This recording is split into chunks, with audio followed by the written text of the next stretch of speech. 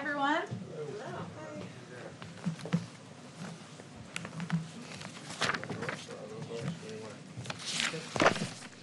I have to give you a fancy introduction. Good afternoon.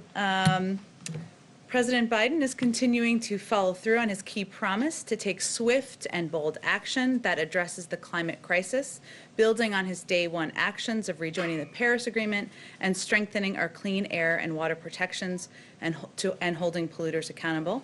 Today, he will take executive action to tackle the climate crisis at home and abroad while creating good-paying union jobs, building sustainable infrastructure, and delivering environmental justice. I'm thrilled today, as a part of our effort to bring policy experts into the briefing room. We're joined by two very special guests who are going to talk to you all about today's executive orders and take a few questions as well. And I will always, as always, play the role of bad cop when they have to go. National Climate Advisor Gina McCarthy and Special Presidential Envoy for Climate and my former boss, former Secretary of State John Kerry. And a big day for Boston in the briefing room. So, okay, with that, go ahead. Thank you. It's a big day for Boston every day. Thank you, everybody. Today, President Biden will build on the actions he took on day one, and he'll take more steps to fulfill commitments he made to tackle the climate crisis while creating good-paying union jobs and achieving environmental justice. In his campaign, he and Vice President Harris put forward the most ambitious climate vision that any presidential ticket had ever embraced. And he spent more time campaigning on climate than we have ever seen. The president also has consistently identified the climate crisis as one of four interrelated existential crises that are gripping our nation all at once. And he's demanding answers that can address all four. And he's not waiting to take action, getting us started on his first day in office, because science is telling us that we don't have a moment to lose to fight against all four of these crises in a way that recognizes their intersectionality. He's always committed the U.S. to re-enter, he's already committed the U.S. to re-enter the Paris Climate Agreement, and he committed us as well to start undoing the assault on our environment that has occurred over the past 4 years, and he is now taking additional action to really target the challenge of climate change. So today, for me, is a very good day. Just 1 week into his administration, President Biden is continuing to move us forward at the breadth and the pace that climate science demands. Today's executive order starts by saying it is the policy of this administration that climate considerations shall be an essential element of U.S. foreign policy and national security. That's where the big guy comes in. It gives my colleague, John Kerry, the first ever international climate envoy, the authority to really drive forward a process that will restore American leadership on climate throughout the world. And you will see and hear more about that from Secretary Kerry. But here at home, we have to do our part, or we will not be able to make the kind of worldwide change that climate change demands. So this executive order establishes a White House Office of Domestic Climate Policy, and it directs everyone who works for the president to use every tool available at our disposal to solve the climate crisis, because we're going to take a whole-of-government approach. We're going to power our economy with clean energy. We're going to do that in a way that will produce millions of American jobs that are going to be good paying, that are going to be jobs that have the opportunity for workers to join a union. Because, as President Biden has often told us, when he thinks of climate change, his first thought is about jobs, and it should be, because people in this country need a job, and this is about making that happen in the most creative and significant way that the federal government can move forward. And we're going to make sure that nobody is left behind. And I'm not just talking about communities in terms of environmental justice, but workers as well. This order takes historic strides to address environmental injustice. It creates both a White House interagency task force to address environmental justice, as well as an advisory council. It directs the Department of Health and Human Services to create an Office of Climate Change and Health Equity, because after all, climate change is the most significant public health challenge of our time. And it tasks the Department of Justice with establishing an Office of Climate Justice, because we know the communities who are being hurt, and we know we have to start enforcing the standards today and ensuring that they are part of the solution in the places that we can invest. In fact, it commits 40% of our investment in clean energy towards disadvantaged communities so they can benefit from the new jobs that are available and seed that better future. President Biden's order establishes a working group on coal and power plant communities, because we have to make sure that in this transition, every agency in government is using every tool at their disposal to drive resources to those communities. And it fulfills long-standing commitments to leverage our vast natural resources to contribute to our clean energy future. It places a pause and review on new oil and gas leases on federal public lands and waters, consistent with a promise President Biden has repeatedly made and has been very clear in the face of efforts to distort his promise. And it sets a goal of doubling offshore wind production by 2030. In addition, he plans to sign a presidential memorandum that aims to restore scientific integrity across the federal government and earn back the public's trust, making a commitment to base solutions on the best available science and data. So today is a very big day for science and for our efforts to power our economy with good-paying union jobs. Thank you very much.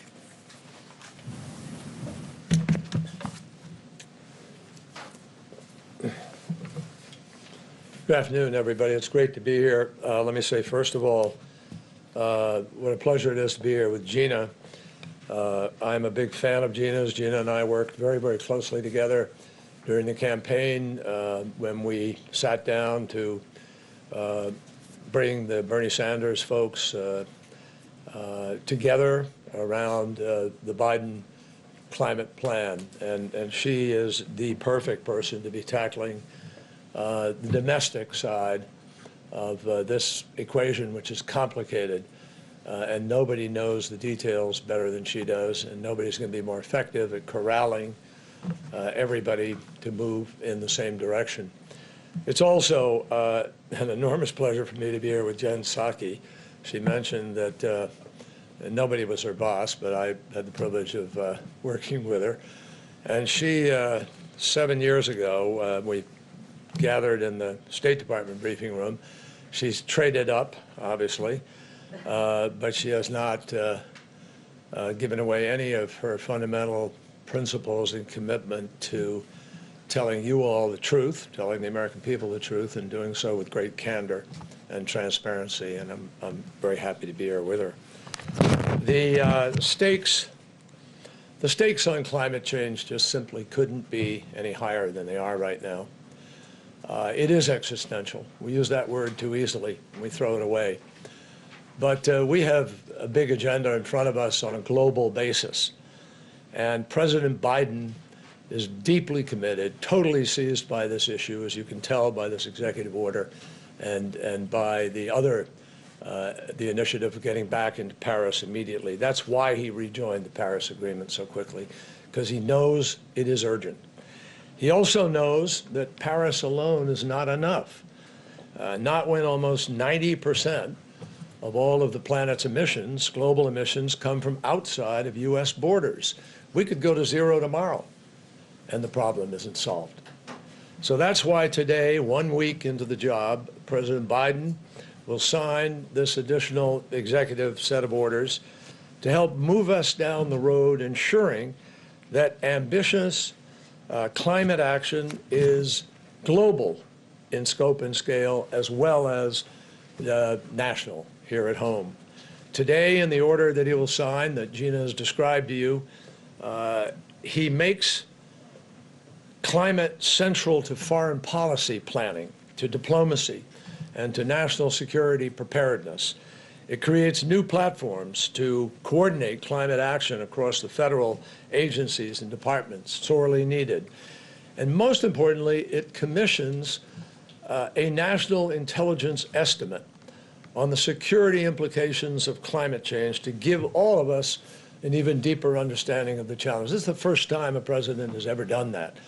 And our 17 intelligence agencies are going to come together and assess exactly what the danger and damage and potential risks are. The order directs the State Department to prepare a transmittal package seeking Senate advice and consent on the Kigali Amendment to the Montreal Protocol, an amendment that by itself, if ratified and fully enforced globally, could hold the Earth's temperature by 0.5 of an entire degree, not insignificant. And it sets forth a process for us to develop an ambitious new Paris target, as well as a U.S. climate finance plan, both of which are essential to our being able to bring countries of the world together to raise ambition and meet this moment when we go to Glasgow for the follow-on agreement to Paris. So that's the only way for the world to succeed together, my friends. Again, this is an issue where failure literally is not an option. As he committed to doing on the campaign trail, the president is announcing that he will host a leaders summit on climate change less than 3 months from now, on April 22nd, Earth Day, which will include a leader-level reconvening of the major economies forum. We'll have specifics to lay out over time, but the convening of this summit is essential to ensuring that that 2021 is going to be the year that really makes up for the lost time of the last 4 years, and that the UN Climate Conference, COP26 as it's called, which the UK is hosting in November, to make sure that it is an unqualified success. The road to Glasgow will be marked not just by promises, but by progress at a pace that we can all be proud of, and Gina is going to be putting her efforts into making certain that that is true. The world will measure us by what we can do here at home. So with these executive actions today, we believe we're steps further down that journey. Thank you. All right, let's start with Nancy. Thank you so much. Secretary Kerry, a question for you and then for Administrator McCarthy. You talked about the fact that it won't really matter what we do very much if the rest of the world doesn't do the same thing. But the U.S. has had a fairly rocky relationship with China recently. How do you plan to try to bring both China and India to the table on this issue? Well, before I answer that, let me just say that the issue of making a difference, i.e. what we do at home, what I'm saying is you can't solve the problem alone, but our doing things makes an enormous difference. What Gina succeeds in pulling together is essential to our ability to have credibility in the world. Now, with respect to China, obviously we have serious differences with China on some very, very important issues. And I am as mindful of that as anybody, having served as Secretary of State and in the Senate. The issues of theft of intellectual property and access to market, South China Sea, I mean, run the list. We all know them. Those issues will never be traded for anything that has to do with climate. That's not going to happen. But climate is a critical standalone issue that we have to deal on in the sense that China is 30% of the emissions of the world. We're about 15% of the emissions of the world. You add the EU to that, and you've got 3 entities that are more than 55% or so. So it's urgent that we find a way to compartmentalize, to move forward, and we'll wait and see. But President Biden is very, very clear about the need to address the other issues with China. And I know some people have been concerned. Nothing is going to be siphoned off into one area from another. And then a question for either of you on coal. Your executive order talks about oil and gas on federal lands, but it doesn't really say much about coal. What is this administration's policy when it comes to coal? Well, in terms of the oil and gas decision, is to make sure that we take a little pause and review the entire strategy of how we're looking at public lands. So it will include looking at what new leases ought to be approved and sold. It's looking at our ability also to look at coal in that mix. So the program review is going to look at how we manage public lands consistent with climate, but also consistent with the marriage between climate and really growing jobs of the future. So it will be in the mix to be looked at, but it is not at this point included. It was not part of the commitments on the campaign, but we're going to take a close look at all of it. And can I just add on your comment about China, which I'm not going to speak to the international dynamic, but I am going to say that part of the challenge that we face here is a challenge that President Biden has already started to address with his Buy America pledge. We have to start not just shifting to clean energy, but it has to be manufactured in the United States of America, not in other countries. And there is going to be a large discussion about how we make sure that a lot of the investment is about building up our manufacturing base again. That's great jobs. That's often, hopefully, union jobs. But it is also a wonderful opportunity for us to recoup the benefits of that manufacturing and lower the cost of clean energy. Part of the way we're going to get there is by making sure the federal government buys American and that the federal government looks at its procurement across every agency so that the breadth of what we spend is designed to advance job growth in the United States, to advance health benefits for environmental justice communities, and to begin to tackle the very challenge, the existential challenge of climate change. Jeff Mason? Thank you. Jeff Mason with Reuters. Question for both of you. Can you give us a sense of when you expect to have the so-called NDC, or U.S. target for cutting greenhouse gas emissions as part of the Paris Accord? And can you also give us a sense of how ambitious you plan to make that number? Will it be 40%, 50%, higher than that? We're united in this. Yeah, I'm the dude who's supposed to deliver this in a timely way, and he sets the timing. So that basically, we want to make sure that the NDC is something that can be announced before the summit on Earth Day. And so we're going to be out of the gate working with the agencies to see what kind of reductions and mitigation opportunities there are.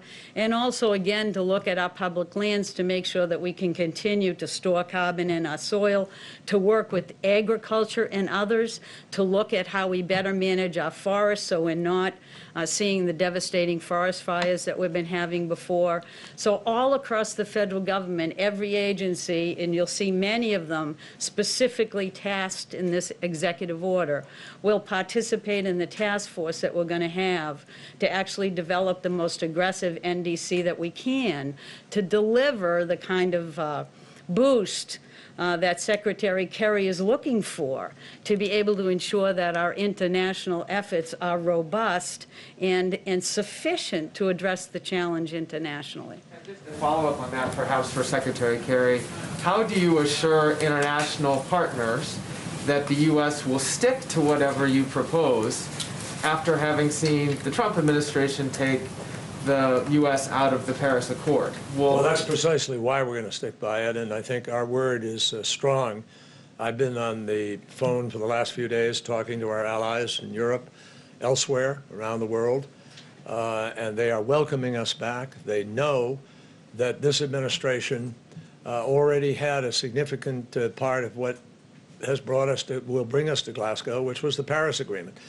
The Obama-Biden administration had great credibility on this issue, and having President Biden be the person now who is driving this forward is enormously meaningful to the folks there. And they also know that I was deeply involved in the negotiations in Paris and am now asked by President Biden, to make certain that we do the same at Glasgow, if not more.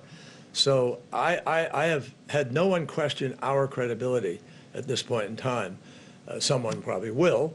And the answer will be that I think we can achieve things in the course of the next 4 years that will move the marketplace, the private sector, global finance, innovation and research, that in fact no political person in the future would be able to undo what the planet is going to be organizing over these next months and years. This is the start of something new. I don't know if you read Larry Fink's letter of BlackRock yesterday, but there's a new awareness among major asset managers and commercial banks and others about the need to be putting resources into this endeavor, because it is major in investment demand.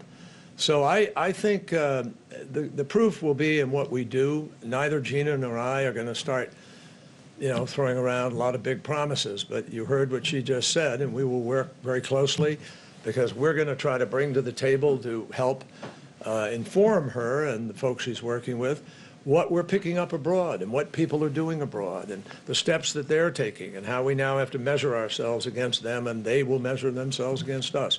We are well aware of that. Can I just add something? I just want to call attention to the fact that cities and states have really picked up the initiative to move forward on clean energy, because the solutions are cheap. The solutions compete effectively against fossil fuels. We are talking about solutions that we're not asking anybody to sacrifice, but are to their advantage. And if you look at the record over the past 4 years, while the prior administration might have wanted clean energy to head in a different direction, it's gone faster and farther than anyone ever expected.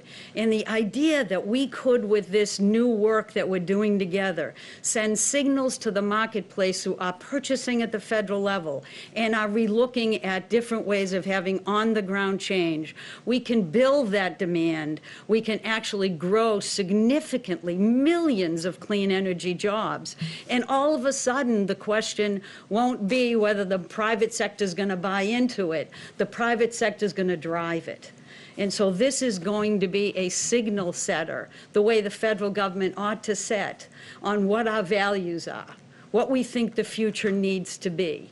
And this is a value-laden effort that President Biden has undertaken with full knowledge that it's going to benefit jobs, it's going to benefit our health, and it's going to lead to that future we want to hand to our children. We'll just do these two in the front, and then they will come back, I promise. So go ahead. Thank you. Mr. Secretary, if you would, there's certainly are oil and gas industry workers who are watching you both right now, who will hear the message that the takeaway to them is that they are seeing an end to their livelihoods. What do you say to them, particularly those people who President Trump struck a chord with on the campaign trail when he promised to save their jobs? What is your message to them right now? And also to the oil industry executives who are listening, are you putting them on notice today? Well, we didn't come here to put anybody on notice except to the seriousness of President Biden's intent to do what needs to be done to deal with this crisis, and it is a crisis. With respect to those workers, no two people are more, in this room, are more concerned about it, and the President of the United States has expressed in every comment he has made about climate the need to grow the new jobs that pay better, that are cleaner. That, I mean, you look at the consequences of black lung for a miner, for instance, and measure that against the fastest growing job in the United States before COVID was solar power technician. The same people can do those jobs, but the choice of doing the solar power one now is a better choice. Similarly, you have the second fastest growing job pre-COVID was wind turbine technician. This is happening. 75%, 70% of all the electricity that's come online in the United States in the last few years came from renewables. Not, coal plants have been closing over the last 20 years. So what President Biden wants to do is make sure those folks have better choices, that they have alternatives, that they can be the people who go to work to make the solar panels. They were making them here at home. That is going to be a particular focus of the Build Back Better agenda. And I think that unfortunately workers have been fed a false narrative. No surprise, right, for the last few years. They've been fed the notion that somehow dealing with climate is coming at their expense. No, it's not. What's happening to them is happening because of other market forces already taking place. And what the financiers, the big banks, the asset managers, private investors, venture capital are all discovering is there's a lot of money to be made in the creation of these new jobs in these sectors. So whether it's green hydrogen that is going to come, whether it is geothermal heat, or whatever it's going to be, those are jobs. The same worker who works in South Carolina today putting together a BMW, which happens to be made there, and is currently an internal combustion engine, can put together a car, but it's electric. So this is not a choice between having jobs, having good jobs, having the quality of life. Quality of life will be better when Gina has put her team together that produces choices for us that are healthier, less cancer, cleaner air. The greatest cost to America, the greatest cause of children being hospitalized every summer in the United States, we spend $55 billion a year on it, is environmentally induced asthma. That will change as we begin to rein in what we used to call pollution in this country, because it is pollution. And I think that workers are going to see that with the efforts of the Biden administration, they're going to have a much better set of choices, and frankly, it will create more jobs than stuck where we were. Could I just add by pointing out a couple of things in the executive order that I want you to just call to your attention? We talked about the Civilian Conservation Corps. That is an opportunity to put younger people into work in vitally important efforts. But if you look at this, it also has set up a task force that is looking at these coal communities that are really reliant on their local energy and utility. And it talks about how do we revitalize those economies. And it talks about how we can put people to work using the skills they currently have where they are, to start looking at those old abandoned oil and gas wells that are spewing out methane, or all of the coal that is mines that haven't been properly closed that are doing the same, that has great impact on climate, but also will keep an opportunity for those individual workers to have work in their own communities.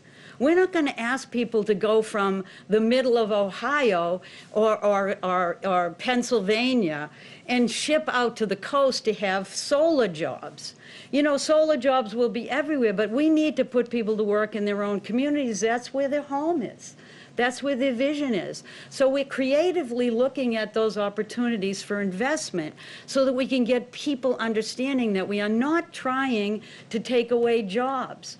Remember, when we say climate change, eventually people are going to think jobs, just like President Biden, when he hears the words climate change. And so we'll do everything we can to recognize that revitalization is necessary in these communities, to find creative ways to put them to work, and then we're going to do as Secretary Kerry says, and start investing in new technologies and new manufacturing. And that includes the large manufacturing like cement and steel. That's work that we should be doing here. That's work that inevitably is going to be necessary to rebuild our infrastructure, which is also one of the biggest opportunities we have for job growth moving forward. Two quick ones. Sure. Administrator, one to you and one to the Secretary, if I may. What you may hear from some corners of criticism is why are we doing this now when we're already in an economic crisis? You look at the state of New Mexico, where 1/3 of the state's budget is funded by oil and gas. So why not let the country get back on its feet before we do this? Well, the issue in New Mexico is that somebody reported a bit incorrectly, or maybe not as precisely enough, that this wasn't about impacting existing permits and fracking. This was about new leases on federal lands. So I think that the opportunity for the states to continue to accrue the royalties from both coal and oil and natural gas that is properly done on federal lands is going to continue, and there's even an opportunity in the review of that program to look at the royalty issues, look at the job growth opportunities, look at a variety of things to make sure that public lands are being properly managed. Now, in terms of the job issue, we're explicitly doing this because our economy is right now stagnant. We have millions of people out of work, out of jobs, millions of people that are afraid they can't feed their families. If you're faced with that, what do? You boost the economy and you grow jobs. But why at the same time aren't we thinking about the weaknesses of our current economy in terms of the number of environmental justice communities that have been left behind, the number of people that are breathing dirty air and their kids are getting asthma? So instead, let's think about all of it at the same time. I know it's a crazy idea in your bureaucracy. You're only supposed to do one thing. What we're going to do and think about all of it. Because people need to have jobs. This is all about building the jobs of the future we want, not continuing to niddle at an economy that is no longer going to be where our future lies. And Mr. Secretary, to you right now over the course of this first week, there are a lot of big priorities here. There's COVID, the economy, immigration, racial justice, now climate change. As a veteran of Congress, of the Senate, what is the priority and how quickly do you need legislation to make this permanent? Well, Peter, the priority is precisely what the president has set out, all of them, all 6 of the major crises that he faces. And he's addressing every single one of them, and he knows that the United States, all of us, have the ability to be able to do that. And the reason that has to be done is every single one of them are life and death. Every single one of them represent a challenge to the very fiber of our society. And the other reason, obviously, everything, I agree with everything Gina said, but I'd simply add that the other reason for doing it now is the science tells us we have to. And that's one of the things the president is restoring today in the executive order is respect for science and the science office. So, I mean... $2 trillion price tag. $2 trillion for COVID, $2 trillion for this. It's a lot of money to a lot of Americans. It is real money, and yes, it's a lot of money, but you know what? It costs a lot more if you don't do the things we need to do. It costs a lot more. There are countless economic analyses now that show that it is now cheaper to deal with the crisis of climate than it is to ignore it. We spent $265 billion 2 years ago on three storms, Irma, Harvey, and Maria. Maria destroyed Puerto Rico. Harvey dropped more water on Houston in 5 days than goes over Niagara Falls in a year. And Irma had the first recorded winds at 185 miles an hour for 24 sustained hours. That last year, we had one storm, $55 billion. So we're spending the money, folks. We're just not doing it smart. We're not doing it in the way that would actually sustain us for the long term. So this is critical. The goal of the Paris Agreement was to hold the Earth's temperature increase to 2 degrees centigrade. Even if you did everything that was in Paris, we're going up to 3.7 or 4. That's catastrophic. What President Biden is trying to do is listen to science, listen to facts, and make tough decisions about what we need to do to take the world to a better place, and particularly our own country. And that is what he is committed to doing. So, yes, there are a lot of challenges right now, which sadly, all of them were exacerbated by the last 4 years. Now we have to try to make up for that. And that is a hard pull, but this president is capable of doing it, and he's putting together a great team that I think can help him do that. Thank you, sir. Thank you. Thank you. Thank you, Gina McCarthy. Thank you, Secretary Kerry, for joining us. You're free to go. Thank you. To go see the president. So you can all see they're both experienced and passionate and tenacious, having worked with both of them in the past. So the crisis is in good hands. I know we have a short period of time here, but I just wanted to provide an update on a question that you all have been asking a bit about, which is what some of the outreach our teams are doing as it relates to the COVID package that is a top priority for President Biden. As we have talked about almost every day in here, probably every day, our team continues to build support for the American Rescue Plan as more and more voices across the country recognize the urgent need to get American families the help they need. We've obviously seen a broad coalition of support emerge from the Chamber of Commerce to Senator Sanders and organized labor to hundreds of mayors and local public health officials. The president and vice president are engaged directly with members and have had a number of productive conversations that will continue through the course of the week and will only pick up in the days ahead.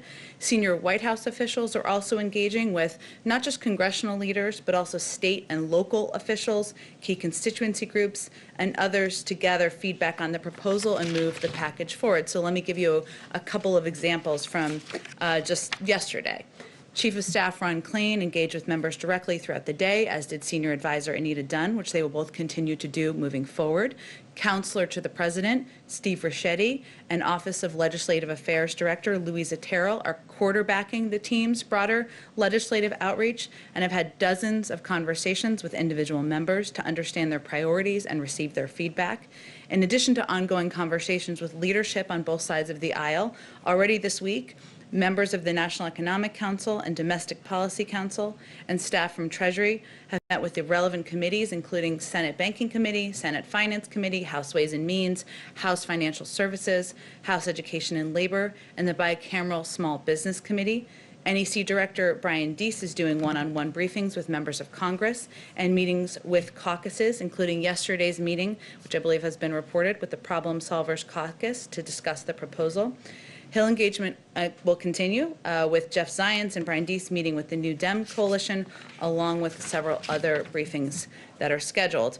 Also, our outreach isn't limited to Congress, which is vitally important. This isn't just about speaking to elected officials. This is also about speaking to the country and building support and educating and engaging with leaders across the country. So yesterday, Jeff Zients and his team spoke with bipartisan governors. As you all know, they talked about the COVID package by the National Governors Association, organized by them, and administration officials briefed tribal leaders and a number of mayors yesterday as well.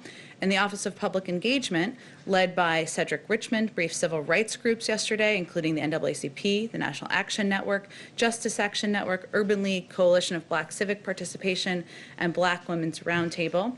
Today, they have meetings with labor leaders, advocates for young people, as well as organizations dedicated to building wealth in the Black community. On Friday, OP will also, the Office of Public Engagement, I should say, I hate acronyms, will convene 100 presidents of historically black colleges and universities also to discuss this proposal. And the only other thing I wanted to mention before we get to your questions is that, as you all know, Treasury Secretary Janet Yellen was just confirmed.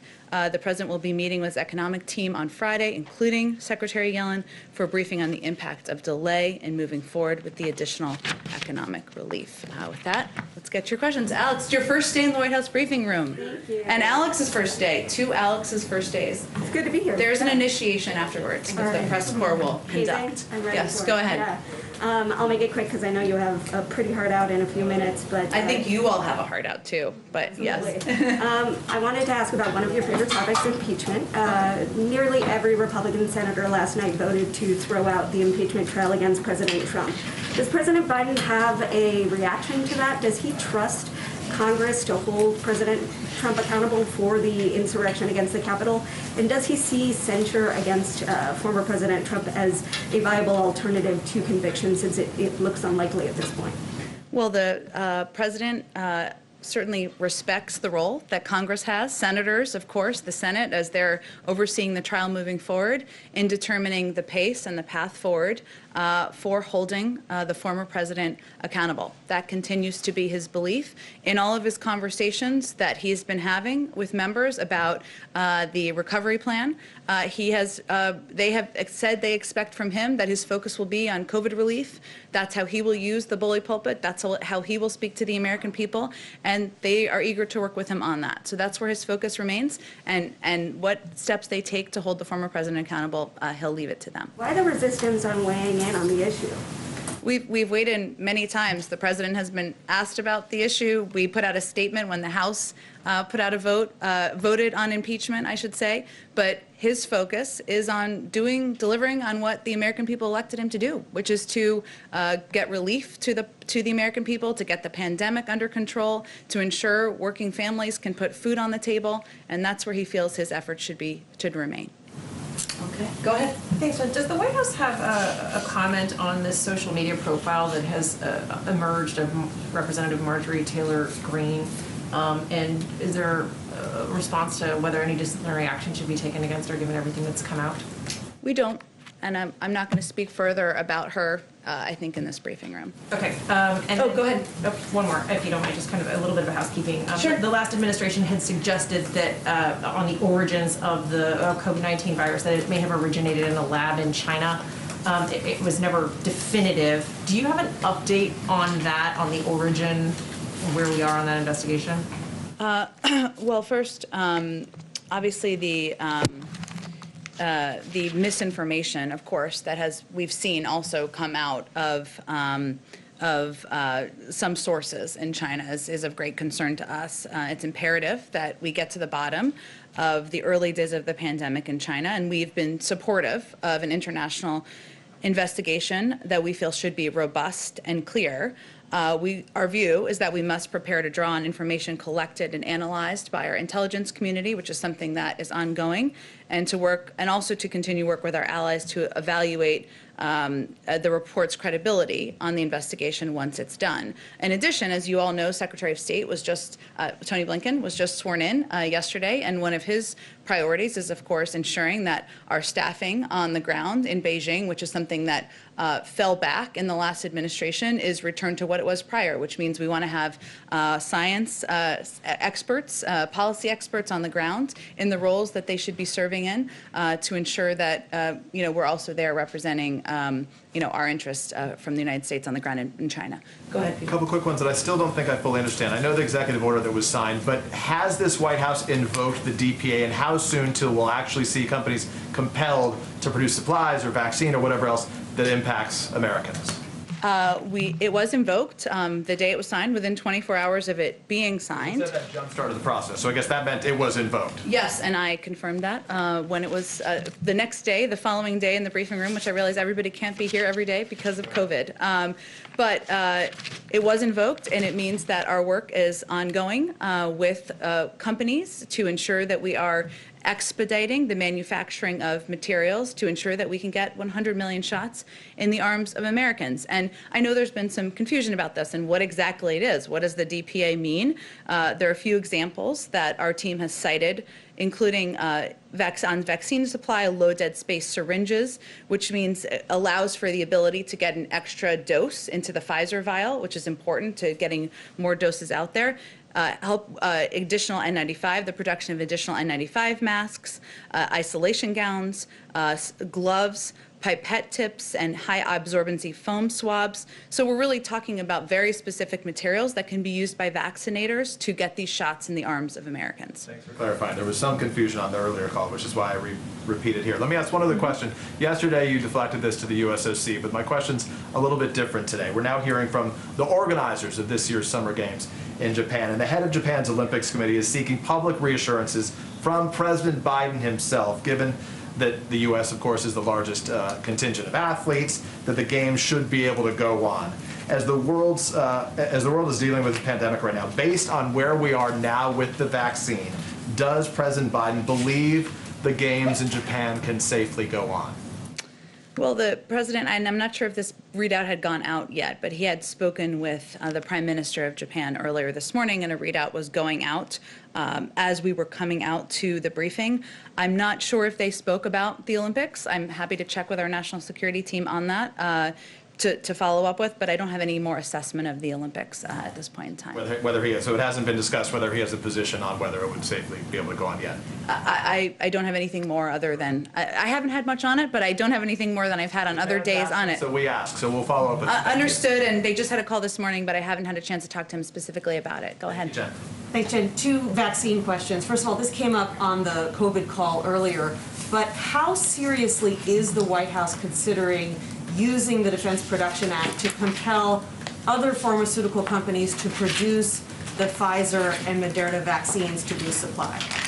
Well, I didn't hear the entirety of the call because we were doing some preparation for the event this afternoon. But from listening to our team talk about it, there are obviously manufacturing facilities that have the capacity and the ability to get these vaccine doses out, and we don't want to get behind the pace of, and start from scratch, I should say, in ensuring that they're ready to do that. I don't think our concern at this point is whether or not we're going to have the vaccine doses. Obviously, the president announced yesterday the intention to purchase additional doses. Our confidence in the manufacturers to have those doses available. The concerns we have are, one, contingency planning and all of the different things that can happen, because this is a Herculean task that has never been done before, but also ensuring we have vaccinators, we have vaccine sites, et cetera, available. So I have not heard from our team plans to seek other manufacturers at this point in time, and I'm happy to follow up with them and see if there's anything additional. And then on the 200 million doses, the president said he's ordering them.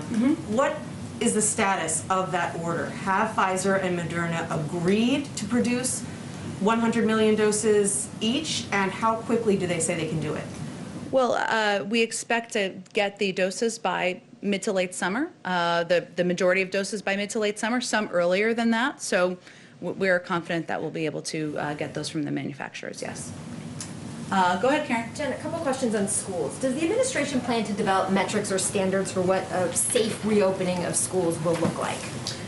We do, and our CDC director, and I'm not sure, again, if she was asked about this, important question, I know as a fellow mother, but we will have specifics that we'll defer to the CDC on the safe reopening of schools. As you know, the president has talked about his commitment and his goal of reopening most K-8 schools within 100 days. There are obviously a number of steps that will need to be taken in order for that to be possible, but he has directed the Department of Education, the Department of Health and Human Services to provide guidance on safe reopening and operating for schools, childcare providers, and institutions of higher education. But as our COVID team has outlined, that's going to require testing materials, support for contact tracing, vaccinations for teachers, and ensuring they're equitably provided. But our CDC director and team will be looking into putting together some specific guidelines so there can be clarity on that front, which I know a lot of districts are looking for. Those things you mentioned all cost a lot of money, and a big part of the COVID relief package is a lot of money to go to school reopening. If Congress doesn't approve the money you want and schools don't have what they need to pay for things to open safely, would the president support teachers staying at home and support virtual learning continuing through this entire school year? Well, I think the president recognizes, as we all do, the value of having children in schools and doing that in a safe way, which is one of the reasons he set this ambitious goal of reopening most K-8 schools within 100 days. But one of the reasons that the funding for safe reopening, for getting schools the equipment, the testing, the ventilation in some cases that they need, is because nobody wants to be having a conversation in May or June about why schools are not reopened. So this goes back to the argument that our team has been making and all of these calls and engagements and meetings that I outlined about the importance and vital nature of each component of the package. So we won't get into a hypothetical. We are confident that Congress will move forward with a package. Let me just go, we got to wrap up soon. Okay, I'm sorry. We'll do more questions tomorrow, but we had two such great guests. Jen, go ahead. Thanks. I just have two quick questions. One is just on the climate actions today. They leave out Treasury's Financial Stability Oversight Council, which experts say could play an influential role in addressing climate risks. Does the administration have plans to take action on climate finance, and should EFSA direct agencies and regulators to address climate change? Well, I'm going to use a reference that my friend and colleague, Ambassador Susan Rice, used yesterday, which is there are 1,453 days left in this administration, and addressing climate and the crisis of climate is an issue that the president has conveyed to members of his cabinet, members of his senior team as an absolute priority. So Secretary Yellen has been in her role for one day, but certainly I'd send you to them for any more specifics, but this is the beginning, not the end of our work on climate.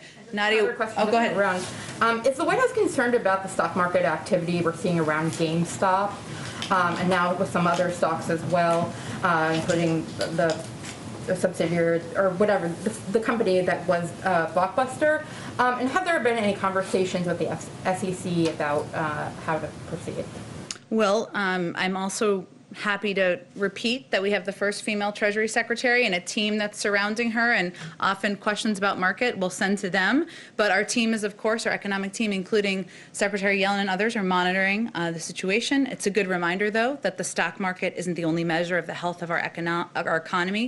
It doesn't reflect how working and middle-class families are doing. As you all know from covering this, we're in the midst of a K-shaped recovery. America's workers are struggling to make ends meet, which is why the president has introduced this urgent package to get immediate relief to families. All right, I'm going to go Nadia, and then we'll be totally done because everybody has to go. Okay, go ahead. Thank you, Jane. Good to see you on a different podium. I have two questions, one about COVID and one about China. Okay. Regarding COVID, the president promised to increase supply to states by 10 million doses. Yet, statistics shows that 47% of Americans are hesitant to take the vaccine, despite that the president and the vice president took it publicly. What is the administration doing to convince Americans to take it, to reach the herd immunity by, say, 70% by the fall? You're absolutely right, Nadia, that this is one of the biggest challenges we face. And for anyone who tuned into the briefing that our health team led this morning, it was one of the first issues that CDC Director Dr. Walensky raised. And one of the things we're doing is prioritizing providing correct information about it. And the vaccines, so I'll take the opportunity. The Pfizer and Moderna vaccines are safe and effective. That's one of the things she said today. They were tested in large clinical trials to make sure they meet safety standards. About 30% of U.S. participants in those trials were Hispanic, African American, Asian, or Native American. About half were older adults. And so we want to provide clear data, as I just did, but also we want to meet people where they are, communicate directly with communities of color, people who have concerns, and use medical and health professionals to do exactly that. Okay, you had a China question, and then you really have to go, but go ahead. And second, many welcome to your rejoining of the WHO, yet some wants to push for a transparent investigation into the relationship between China and WHO. And also, yesterday in her hearing in the Senate, Governor Raimondi declined to blacklist Huawei technology in the U.S. Is this some kind of caving into China, or is that a nuanced way to deal with China? So I think the second reference, I think, was to Huawei, right? And then yes. So let me just convey clearly our position on this. Let us be clear, telecommunications equipment made by untrusted vendors, including Huawei, is a threat to the security of the U.S. and our allies.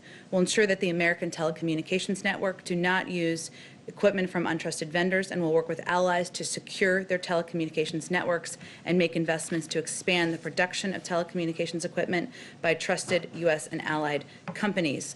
Again, we'll take many more questions tomorrow. Thank you all. Have a great rest of your day.